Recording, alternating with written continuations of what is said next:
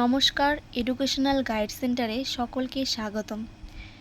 Class 4-এর যে বৃত্তি পরীক্ষা হয়, ইংলিশে একটা প্যারাগ্রাফ আসে।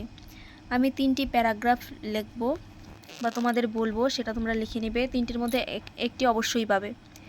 Netaji Subhash Chandra Bose, Ishwar Chandra Vidyasagar, my mother. আমি আজকে নেতাজি সুভাষচন্দ্র বোস সম্পর্কে আলোচনা করব।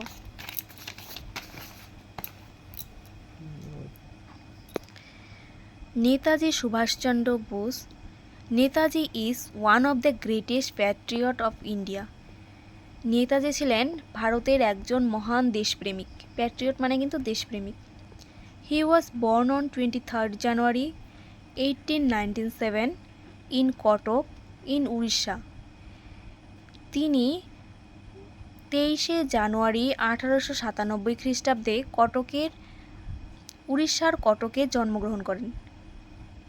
He completed his early education from Ravens Collegiate School and then from Presidency College and Scottish Church College in Kolkata.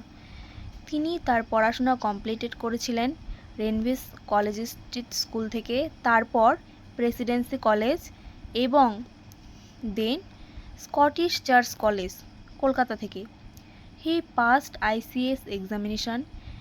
তিনি ICS পরীক্ষায় উত্তীর্ণ হয়েছিলেন। He was elected president of Indian National Congress.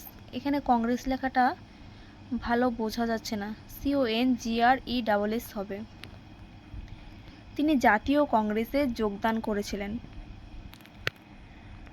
ভিডিওটি ভালো লাগলে অবশ্যই লাইক, কমেন্ট, সাবস্ক্রাইব করে রাখবে।